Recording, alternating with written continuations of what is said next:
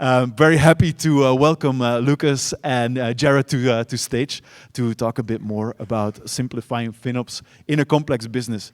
Can I get a massive applause for Lucas and Jared? Take it away.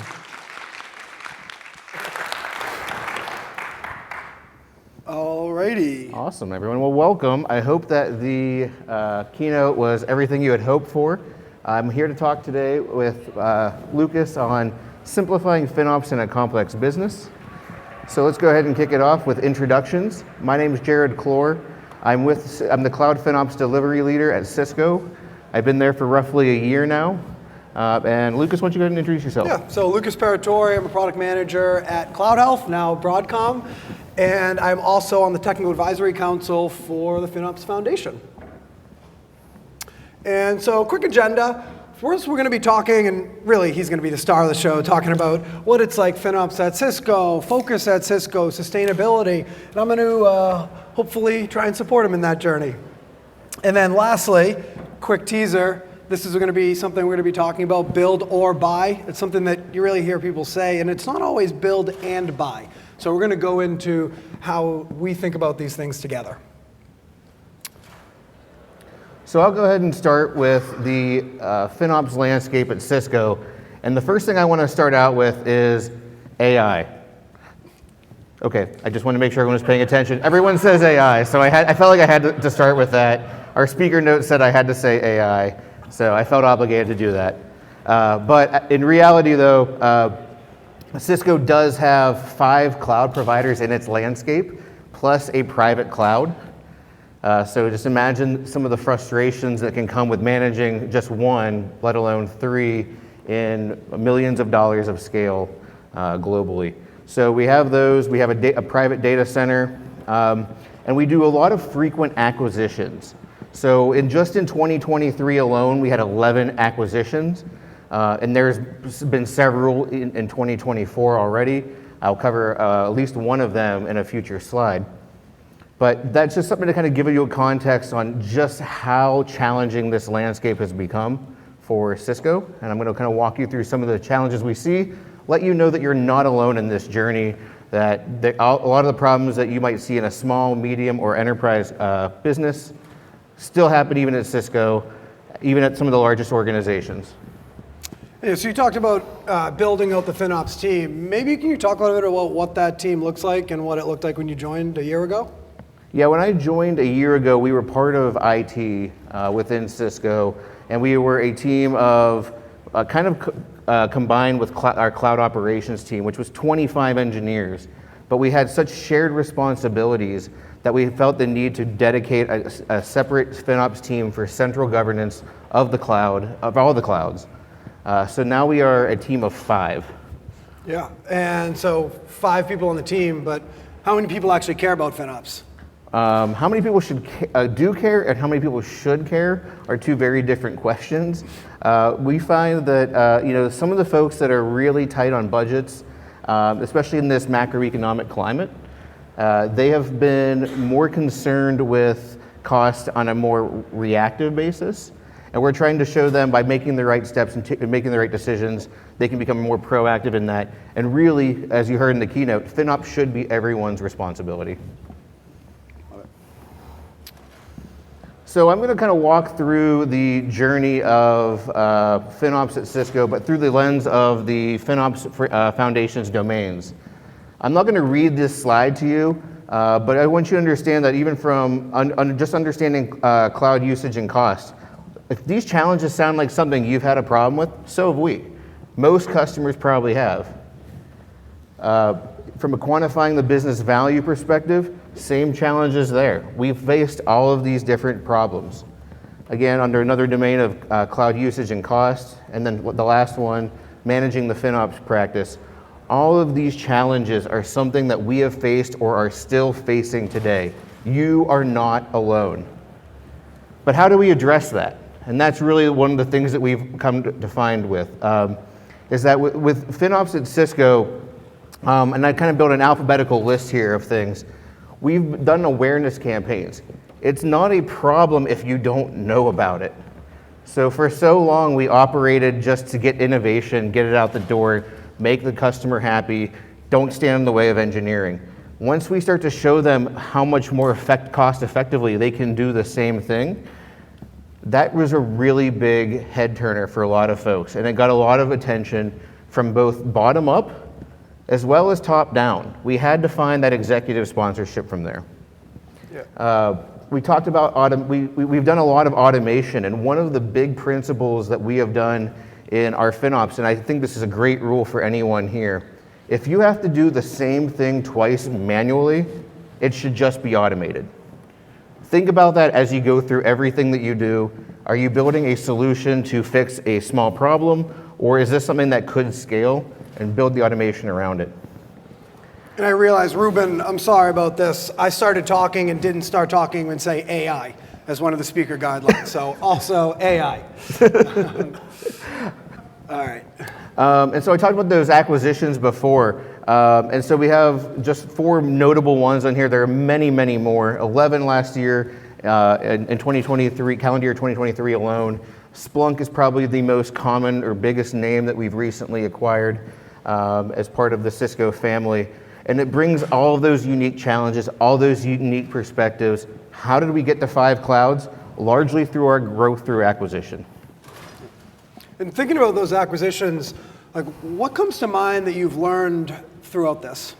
So one of the things that I've found was a little bit eye-opening is you want to find the Cisco way, but you need to be really open and receptive to the ways that the acquisitions do their business, because depending on the size of the business that you've acquired, they may have differing levels of maturity in FinOps, they may have different vendors, they may have different capabilities, and they may have a better way of doing it, which we don't necessarily always think about.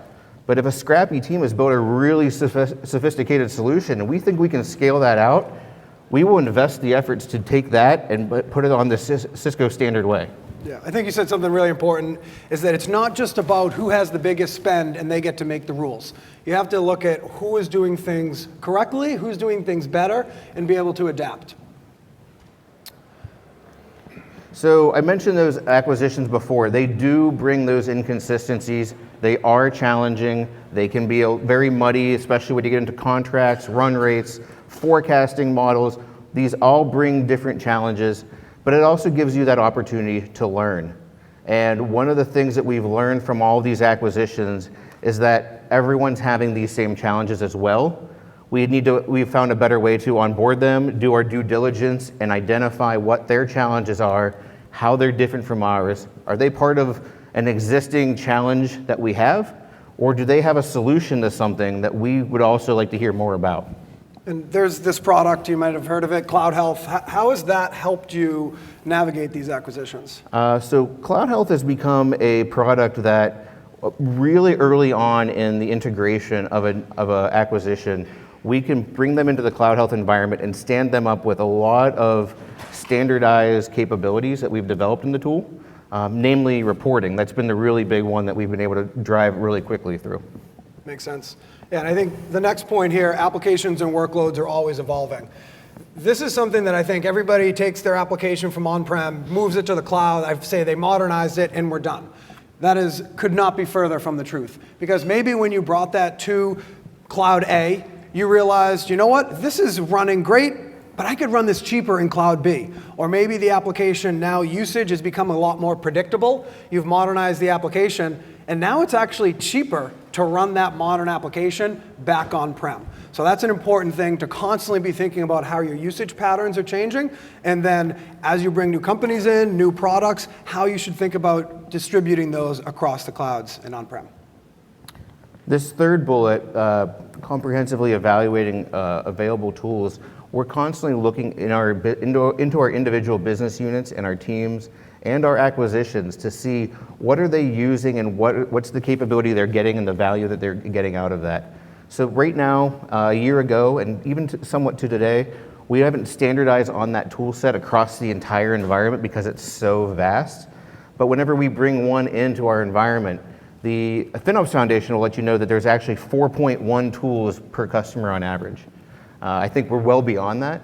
But when we start to look at one business unit who's using a Kubernetes optimization tool and Cloudhealth, and maybe something for AI or writing code via AI. They have all these different tools that they are leveraging. And then we talk to a neighboring business unit who are trying to use the same capabilities with different tools. We've learned that we have to kind of centrally bake those off and find out what works best for the company and start consolidating those contracts and those vendors together so that we can build a best of breed, one Cisco approach. And then really kind of tying the last two things together is you're thinking about applications, you're thinking about tools. Well, you know what is changing at all times is cloud providers. So whether they're having pricing changes that you may need to be thinking about for applications, or they're pushing out a new billing file with new formats. Microsoft loves to keep us on our toes for that. I don't see any of the PMs here, so I can say that.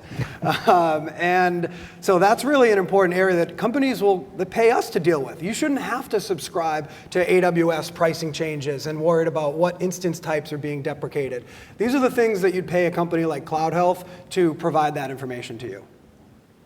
And then this last one, keeping FinOps front and center.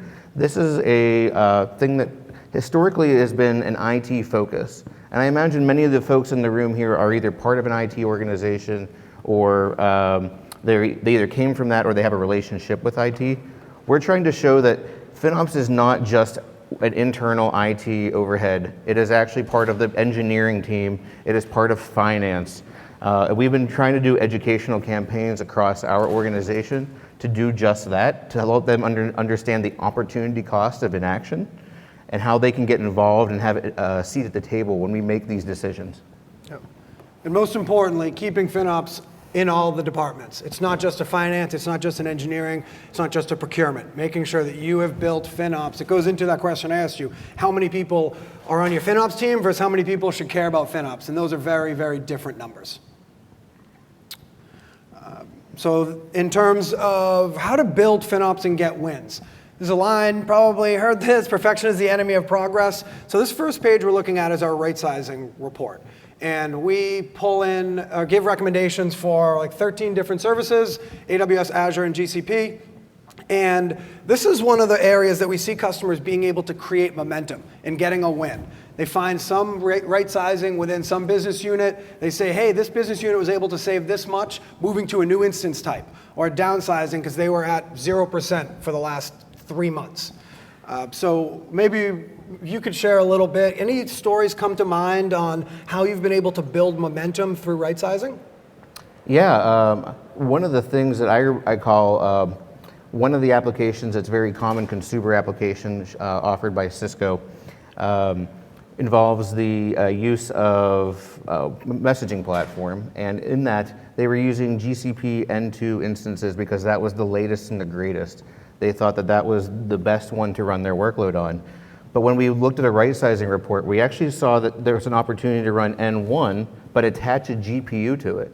And just by doing that capability alone, they were able to get between 10 and 30x density of the subscribers on that platform by actually what would logically sound like stepping back, but it was actually saving them a lot of resources in the end. Yeah, and that's the kind of thing you put on your company bulletin board, or you have an email distribution list that you send. And then it not only tells people that, hey, think about this specific one, but also creating awareness. People want to get credit for good things. So it is an opportunity to start building that awareness. And then another way people do that is through commitment discounts. So this is a feature we have in Cloudhealth for all AWS and Azure reservable services. We give recommendations, Elasticache, OpenSearch, any of those, and for both spend and resource-based. And this is an area that, I got a couple questions for you on this one. Some are harder, easier. Can you first talk about what it was like when you joined versus what it looks like today in terms of how you manage commitments? Yeah, so one of the things that was, so we always want to do the best by the customer. In our case, IT's customer is the business. All these individual business units, we educated them on FinOps as best as we could, and we trusted them to be a good steward of their environment. However, when we let commitments be something that they owned on their own, they largely didn't adopt it the way we were hoping. So one of the things that we've decided to do on that was bring that back and manage what we could centrally while still giving them the flexibility to cover that final mile. So I know you have spend-based discounts versus resource-based. We chose centrally to manage all spend-based discounts, all spend-based commitments through our centralized team and let that benefit flow to all of the customers across the environment. But the resource-based, the non-compute commitments that we made, that was something that we said you still need to manage those, only you know your workloads best. And that way they actually saw some of the benefit just overnight from the spend-based commitments. And they were like, wow, if we could do the same or mirror that on resource-based, that would be awesome. So they started to try to mirror that on some of the resource-based commitments. Got it. And one of the things you said, it's better to be 99% covered than 101% and have that waste, right? Yeah, I know earlier on one of the earlier slides, we talk about analysis paralysis.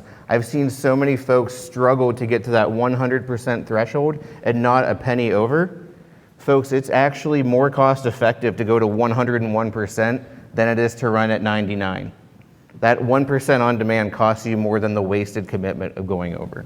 So it's trying to balance that, understand the growth trajectory. If you're only going to buy your commitments, for example, every month, look to understand the trend line of what's going to happen in that month. Pick a little bit out in the future and make that commitment knowing you're going to grow into it. Alrighty, so build versus buy or and. What is our answer on this? So for those that have taken the FinOps Pro course, you may be familiar with this image. For those who haven't taken the course, I highly suggest looking into it.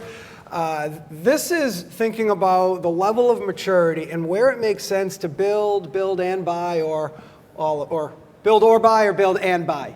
And so what we see here is this sweet spot where, depending on how much you spend, it might make sense to use a solution provider tool like a Cloudhealth.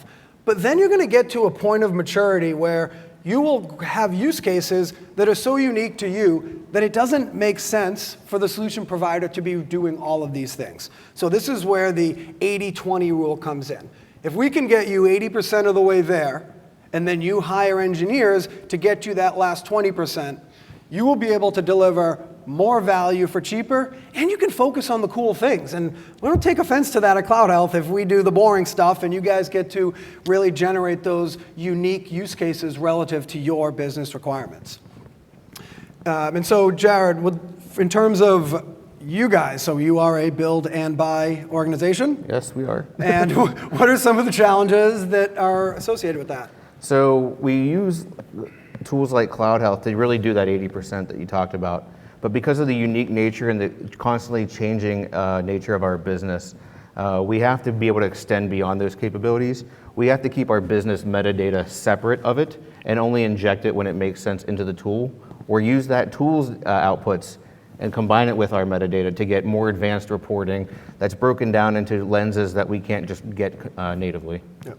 Makes sense. And this is something, you guys are an enterprise, but we see this heavily in the partner world with MSPs, where they'll use our APIs, collect their data, maybe hit another couple products, and then create one single place across all the SaaS applications that they provide that service for. So definitely something, and we also see just a lot of similarities between enterprises and MSPs. But for any of you partner people, I see a few of you, this probably is a world that you live in. So, yeah, and then in terms of, we talked about that 80-20 rule. One of the features that customers are really able to hit that 20% is through our Flex Reports feature. So this is a SQL-based or supported SQL feature. You don't have to, you can drag and drop. But for all the clouds, you have this interface to be able to generate those reports that are really unique to you. So how are you guys using Flex Reports right now at Cisco? Yeah, Flex Reports are one of the most attractive features we have with Cloudhealth. It gives us the ability to dice the information that comes through the cloud providers' billing tools and consumption, and helps us inject our own metadata layer on top of that, because we know that some folks and some teams don't do the best tagging. But we can identify, based on account ID, for example, what department code that maps to, and show a report, despite it being a lot of individual account IDs, we can bring that into one department code report in the console. And we can actually combine multiple department codes into one report and say that this is one business unit.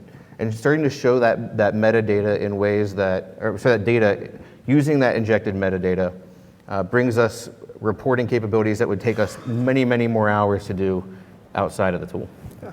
And one of the nice things too about this tool is we've got a couple customers at Cloudhealth, and because of that and the value of that, we're able to take this customer's report and say, oh wow, they're doing this really great, take that SQL query, share it with other customers. So we've also been able to build this arsenal of Flex reports that we're able to share with our customers that are standardized because SQL is SQL. All right, and so what do we have coming next?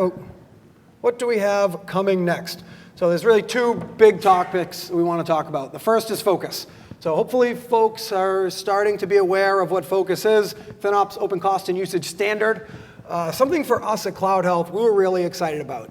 One of the things people pay vendors for is to normalize data. But to me, it's not that exciting of a thing, putting everything into a single report. That's not really where we can take advantage of great ideas we have, or we think we have, or the years we've been doing this. And the unique customer use cases we hear. So what Focus is allowing us to do is now focus on those more unique customer-specific use cases, being able to really tap into that AI world and stop worrying about service description in AWS matches service description in Azure. So and what's going on in your world at Cisco with Focus? Well, I want to just say AI one more time because you outnumbered me now. But beyond that, we're looking at Focus as a great way to get everyone speaking one language and getting one single pane of glass. Right now, we've been able to share reports on a cloud provider specific basis, and that's become very cumbersome because folks typically have a tendency to look at the one that costs the most, and all the other ones, they kind of say that's secondary. But when we can show the opportunity or the total cost or those Flex reports I mentioned from a one pane of glass, showing them exactly what's in front of them, and they can kind of see the slice of the pie and how that breaks down, that's huge for us. It's also going to help us look at how we're going to be able to refactor our FinOps data warehouse to take advantage of something like this in a very normalized fashion. Yeah. And for folks that are not plugged into it, apply. There's a website, Focus, need as many practitioners and vendors and everybody to help provide feedback. So definitely look into that and put your name in if you want to participate. I think I can confidently say it's focus.finops.org. There you go. Nice. All right, and what's next? Sustainability. So this is an area not just that we think about Cloudhealth, the state of the FinOps showed it, that this is going to be something that is going to increase in priority. And I know Mark Butcher is here somewhere, so here make sure I say no bad things. But yeah, so how are things going for you guys at Cisco around sustainability? So we're very early in the sustainability journey from a cloud provider perspective. We have a rich history of being in data centers, and we're probably best known for those who've been in IT world for a long time, being in the data center with our hardware, which we've done a fantastic job of being extremely sustainable and driving that culture of sustainability on the hardware side. We're now extending that over to the cloud providers and showing how our software, as we shift our organization from being a hardware-focused company to a SaaS provider company, this is going to be the next big thing for us, and we're really excited to help drive what we're going to kind of call green ops. Yeah, and so there's a note. This is from the State of the FinOps report. And then the next thing is what we're doing at Cloudhealth. So Cloudhealth, we released a sustainability feature about 6 months ago or so, and it's a very focused use case. So we're focused on compute, cores and RAM, and being able to just give you a number on what your power consumption is and what is your carbon production. And this is something that the cloud providers haven't yet provided the most granular data for this. I think GCP is doing a pretty good job. Azure's got, AWS needs a little bit of help there. And so what we're trying to do here is fill in the gaps. And maybe it's a little bit of an estimate, but what we're really excited about and what we've seen our customers do is be able to just start tracking progress. So even if, whether we say it's amount of carbon or 15 rubber duckies, if tomorrow you have 14, you know you're heading in the right direction if you're trying to decrease the amount of rubber duckies. So that's really where we've seen the most value with our customers, is not always what is the total emissions, it's how am I doing trended over time. And this feature goes about it in two ways as well. We look at the aggregate, so you'll see right here, this is looking at total carbon impact, but we also are calculating this at a resource level. So if you were to have long-running resources that have changing network, this is something that you could be able to track, and again, that number of rubber duckies, and be able to see, have you started to optimize or not the usage of that resource. And one thing to add on to this as well, folks, is if you're thinking of sustainability as only just being a good shepherd, a good citizen for the environment, that's fantastic, and I totally encourage that for you. But also know that there are a lot of government programs, grant money, a lot of different things out there that a lot of people don't initially see. So when you're talking about your efforts around FinOps, driving greater value into the organization, imagine what a government grant could do for that because you achieve some sort of sustainability metric within your industry. A lot of folks don't look into that lens. They kind of think of it as just being about as akin to putting solar panels on a house, but it's actually much, much more than that. And one last thing too, if your FinOps team is now starting to think about green ops, you probably have teams at your company already thinking about this. So for us at VMware, a couple of years ago, right before we launched this pre-Broadcom, we actually leaned on the sustainability team outside of our FinOps Cloudhealth program to be able to understand how they're calculating it, what types of data they have, so that we could also stay aligned with it. Because if the cloud sustainability team presents numbers in an exec meeting of X, and you present Y, and you don't have a good reason on why X doesn't equal Y, that's going to erode a lot of trust in those numbers you provide. So biggest piece of advice is if you are starting to launch that, ask around, because you may also be able to steal people's ideas. I'm a product manager. It's basically what I do. It's just borrow ideas. So highly suggest looking into that. And I think that's where we're at. Any last thoughts to add? I did promise a few folks in the room I would leave time for Q&A, and I think we did a really good job of that. So we've got quite a lot here. Are there any questions in the room that we could answer?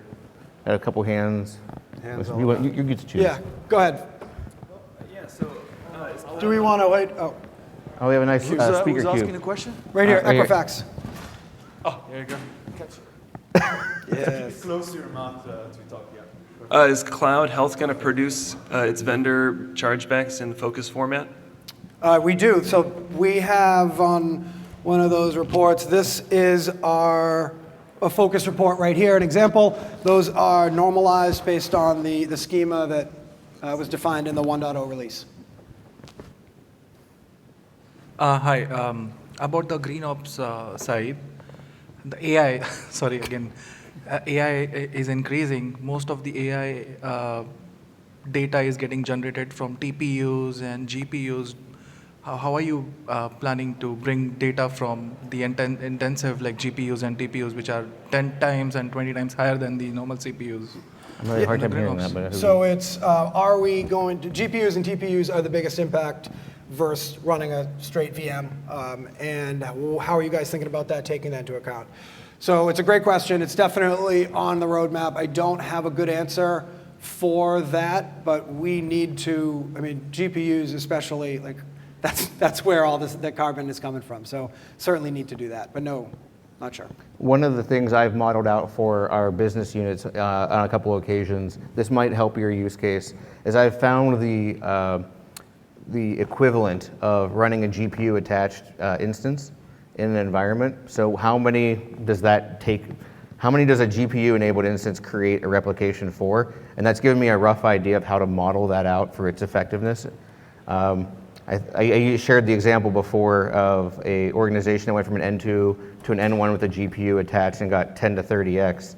That's a great example of, that's the idea of saying 10 N2s in that regard. So 10 to 30 N2s versus just one N1 with a GPU. So that's one of the ways we've started to look at it through a lens that everyone can kind of understand. That might be something you could try. Yeah, one of the biggest example, like NVIDIA was showing a demo, like how within a 1 second they can just shoot a big GPU compared to a CPU. So yeah. Toss. This is very cool. I'm curious, at Cisco, you talked briefly about the relative FinOps maturity. Are you measuring, or are you assessing different levels of FinOps maturity, or are you doing assessments like across those different business units, or is it more just like we recognize that they're all at different levels? Like, are you measuring that at all? It is an informal recognition of where the maturity is today.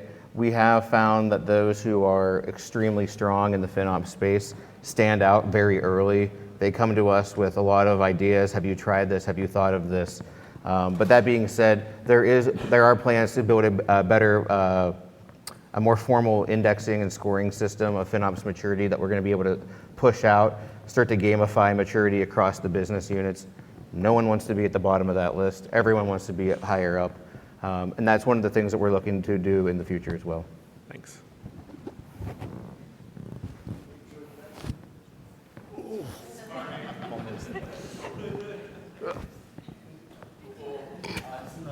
This is funny to watch. It looks really fun to throw it around.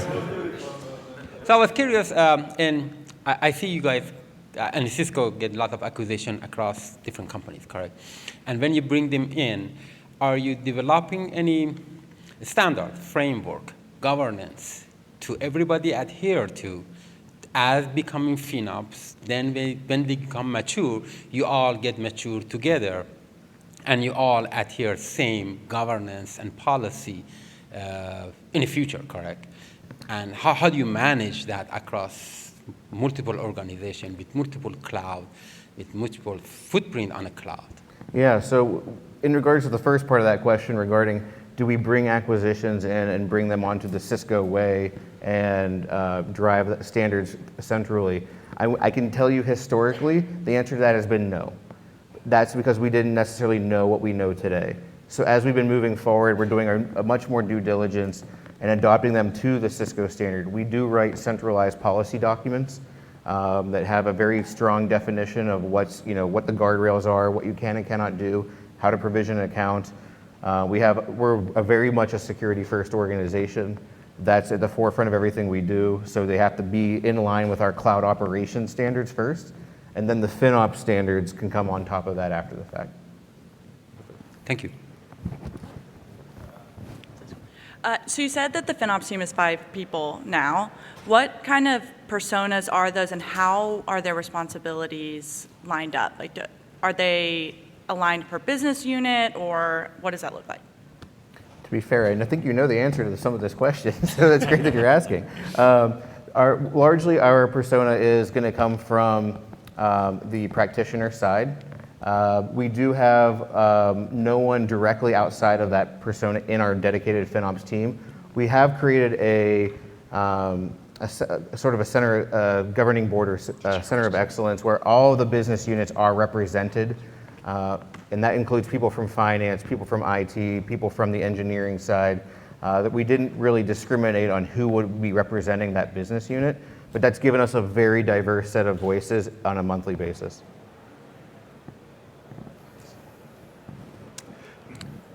Good morning. So I have a question. So you mentioned that you guys do develop some bespoke tools at Cisco. So I was wondering, like, what some of those tools were, and do they vary by business unit? So is it just like reporting and visibility, or does it like go beyond that into any type of automation, or? So from a tooling perspective, the answer to that is no. If you actually extend that to say reporting, for the longest time we did ad hoc reporting for business units. They would come to us with a need, we would develop that report to show them exactly the dimension that they needed it in. We've since come a long way on that and have standardized a lot, probably about 95% of our reporting footprint. Okay.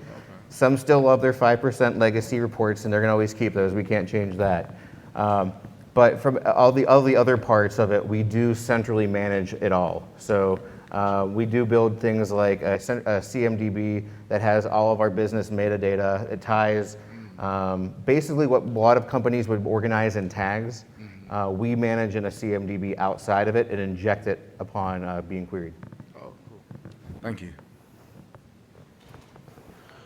When you all go through an acquisition, is there a timeline for trying to get accounts unified under a management environment, or do you let them keep whatever they had and you manage it through tooling, or like through Focus may help with that? What does that process look like?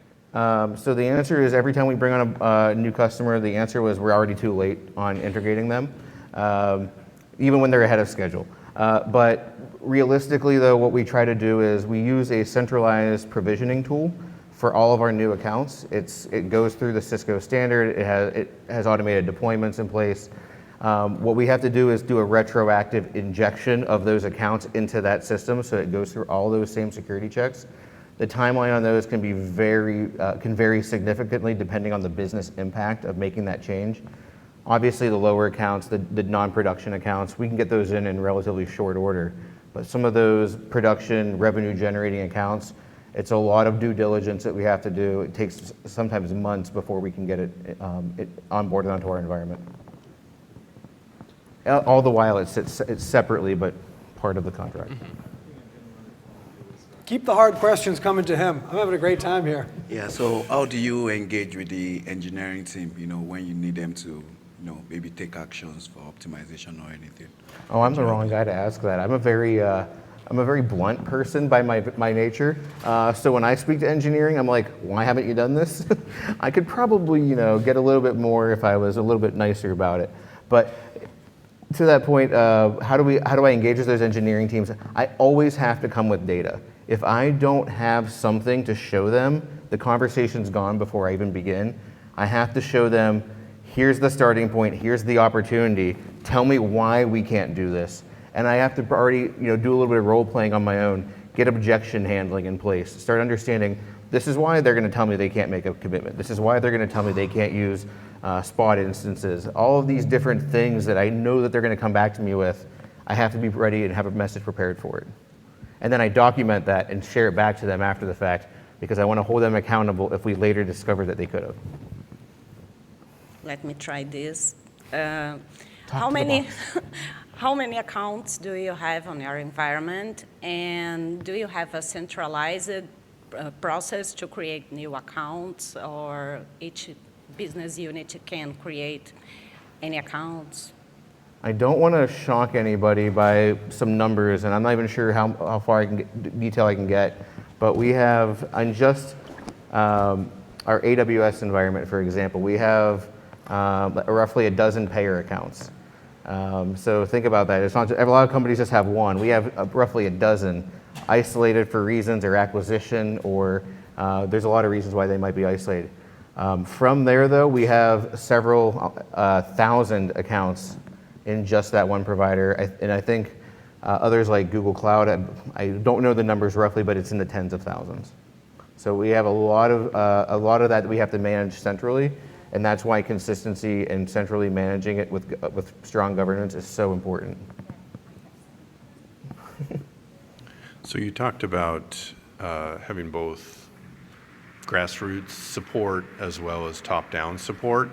In an organization the size of Cisco, can you tell me kind of what that looked like to be able to reach out across so many teams, but also align the leadership with rolling FinOps out? Because it sounds like your team is relatively new. Yeah, so the first part of that is the bottom-up part, and getting them to understand the opportunities ahead is an educational campaign. And we initially built tools that were very self-serve. It was beyond things like Cost Explorer, FinOps Hub, Cost Optimization Hub, Cloudhealth. These were all self-serve tools that we had to trust that they would go to. So one of the things that we found extremely successful to change that dynamic was we found the participation in that was so low, was we started being proactive and putting it in their inbox. That changed things a lot, because now all of a sudden we're able to show them something that they didn't even ask for, but now they get to see it. That was a big shift in the culture from that perspective, because now they can't ignore it, and they definitely know. The top-down perspective was about, hey, there has been this opportunity for quite a while, and whenever we talk about things of the nature of like layoffs or a tough macroeconomic climate, we're trying to find ways to retain talent and keep margins high and keep the business running healthily. So being able to go to them and say, hey, here's the impact on those metrics that matter. Those are the things that they don't know, what right sizing is going to mean for them. But when we say, hey, we can bring back X% of margin, or we can increase profitability of your product or your, from your business unit. Those were the things that are like, tell me more. Who do I need to talk to? How do I make that happen? And although they never necessarily made the action, they were making mandates or asking the right questions to their direct reports who were asking their directs. And so it was a very flow down conversation.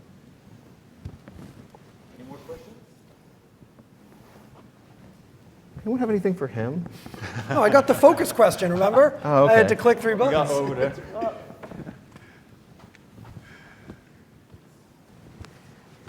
I have a question regarding anomaly detection. Including Cloudhealth, a lot of tools will give you near real-time alerts, but not real-time. So have you had any instances of costs suddenly blowing up, and what practices have you done to control it going forward? Do you want to take the cost anomaly side and I'll take how we handle it? Sure, although it sounds like it's mostly you. But yeah, so Cloudhealth has an anomaly detection tool. We generate these recommendations on our own. We have customers that will create thresholds and say, hey, I only want to be alerted if cost change is more than 10% and costs are over $5,000. So that's what a typical enterprise like Cisco would be doing. And then any thoughts of any anomalies that you've caught? AI. AI has driven tons of anomalies for us, and that's largely because the threshold goes from near zero or at zero to some ridiculous number on whatever provider it might be. So that's actually started a lot of conversations for us to work with our business units and find out what is their experiment, what's their budget. This is a whole new budget bucket for them. It's like, so now all of a sudden, where are you bringing this in? We start to bring that finance conversation back and we start to set that threshold as well. Start to showing them, okay, what is your ROI? Is this a POC? Is this going to be a production application? How are you baking this in? Having those conversations helps us readjust our anomaly detection so that we can get that back to what really matters. We have seen a few legitimate anomalies, kind of more toward outside of AI, but a few legitimate anomalies that have occurred, even in the 1 year that I've been there. During that time, the process was a very reactive, pick up, like pull things up by your bootstraps and figure this out now. And one, I can share that one was related to a security incident in a non-production environment, and it was relatively small. And those things we handled very quickly. We have a lot of the mechanisms in place as soon as we discover those kind of problems. It's the ones where someone goes rogue and decides to do something that we never even knew about. It wasn't on the radar. They didn't secure the budget. They didn't tell their financial analyst. Those are the ones where we see it, we kind of watch it, thinking like, is this going to stay this way? Is it going to stay static? And when we find out it doesn't, we have to go and engage with them and say, hey, if you're going to continue this, we need to either cover this with a commitment or do whatever it is to do to mitigate this high cost. Yeah, and maybe adding to use case too to these, not all anomalies are bad, some of them are expected, and so one of the things too, if our customer is using it for, is to be able to know, oh, this account is now using this service, we should now bring our best standards to that. Oh, this consolidated family now is spending it launching Elasticache resources, now we need to think about purchasing reserved instances. So it also can give you visibility for a large infrastructure on those cost changes. Good point, yeah. Cool. Thank you. Unfortunately, that's actually the time we have for this session, but please reach out to Lucas and Jared for the questions. Thank you, everybody. Yep, thank you so much. Great. The next session will be the folks from Equifax in this room, so also highly recommendable. Thank you. We're almost up. Hey, well done. That was amazing. Good. The questions were really good really questions. Good, yes, really absolutely. good questions. Like as good as it. Thanks for watching. Check out more FinOps X 2024 content on our YouTube channel on the 2024 playlist. Support our channel by liking, subscribing, clicking the notification bell, and by leaving comments and questions for our speakers. We appreciate your support.